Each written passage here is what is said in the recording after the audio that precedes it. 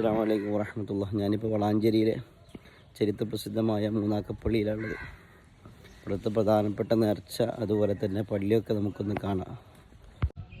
ഇതാണ് ചരിത്രപ്രസിദ്ധമായ വളാഞ്ചേരിയിലെ മൂന്നാക്കൽ പള്ളി.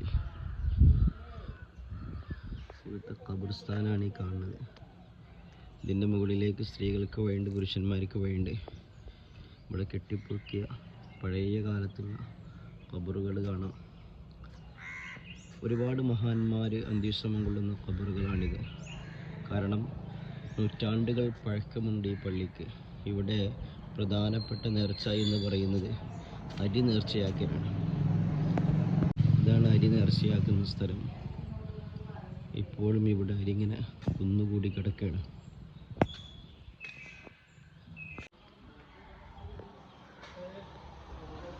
ഇവിടെ അരിങ്ങനെ കുന്നുകൂടിയതായിട്ട് കാണാൻ കഴിയും. ഇപ്പോൾ കുറവാണ്.